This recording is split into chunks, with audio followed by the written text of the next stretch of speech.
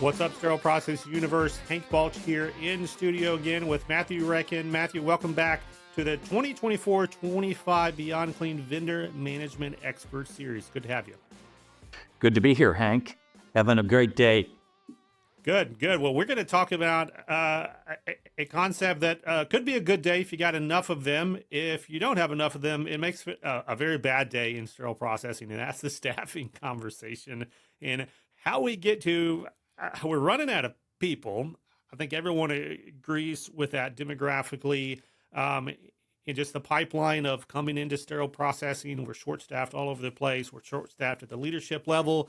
We don't have enough new technicians coming in. And at the same time, and we'll talk more about this in a future episode, but the volumes are not necessarily going the way the staffing is. They're kind of going this way, which causes some great challenges. So how does this, specifically on this loaner conversation and the data piece, how does this intersect for what we're trying to solve in sterile processing with getting more done with maybe fewer human resources, and then the tech side to help us make that happen?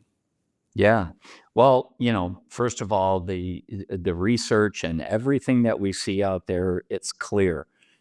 We're having a difficult time keeping people in the world of sterile processing, a difficult time attracting new people, and more importantly, a lot of the great pros that we've had for years and years, they're retiring. So it creates a lot of challenges. And so we've spent a lot of time speaking with many of these folks that I'm sure you know as well, Hank. But the reasons that we're short-staffed are kind of three predominant ones that rise to the top. First, not working at top of license. I'm not doing what it is I really want to do. You have to have a love for sterile processing and that belief that I'm really helping a patient. So if you spend the majority of your shifts doing things outside of that, on the phones, doing manual tasks that have nothing to do with taking care of the patient, it just kind of diminishes your engagement or your love for what you're doing. And people say they don't want to do it. The other thing is that due to some of the financial burdens that hospitals are dealing with, they're not able to provide the training that they once did. So sterile processing is one of the places where that really shows up. And our leaders in the sterile processing world are saying, I'd love to be able to provide more training for my team. We just don't have the resources to do it. And it causes people to leave. And then lastly, it's just kind of the number of manual tasks that go into the day in, day out things that you have to get done. So in the world of ReadySet, what we do is we try to alleviate a lot of that friction and a lot of those pain points along the way by providing a very simple platform for people to use that first eliminates all of those manual tasks. Secondly, allows you to work at top of license because now you're not having to run around tracking down where these trays are, when they're coming, all of those things.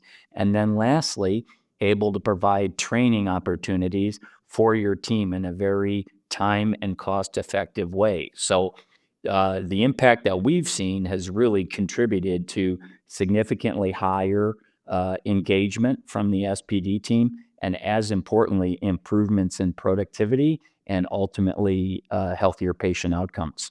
That type of license conversation, the top of license conversation, we've done a webinar about.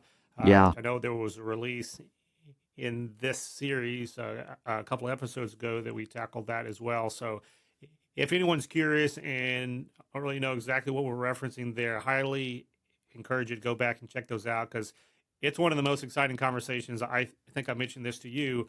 We have not talked about that in those categories in sterile processing before. So that gets me all jazzed up. I'm glad you put that on your list here.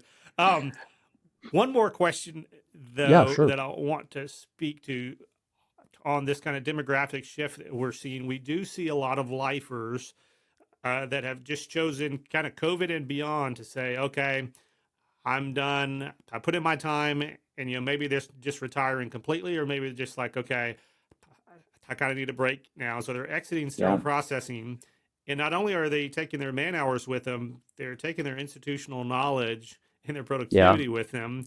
How are we solving for that with the gap that they're leaving behind? Yeah, that's a a common question that we get. So fortunately at ReadySet, we're able to provide a lot of that fundamental education that newer team members may want. We also are spending a ton of time with these leaders as they are transitioning out, just kind of picking up on, hey, tell me a few things that maybe you don't get taught in sterile training and things of that nature. And we're able to provide all of that through our website at ReadySetSurgical.com. But you also see it in our product because we take all of that information and we're constantly innovating, adding new features to the platform that allow people to take advantage of those things. So it's really created a heck of a legacy from what some of these great leaders have been able to provide us. And I love being able to show them, like, hey, remember that day that we were talking about this? Look what we're able to do now. So um, uh, education and educational content is critical to helping those people, especially during those tough days where you don't know where to turn. So we like being able to say at the push of a button, we're there to help you out. Yeah, when you talk education, you're singing my song. You bet. So we're on the same sheet there.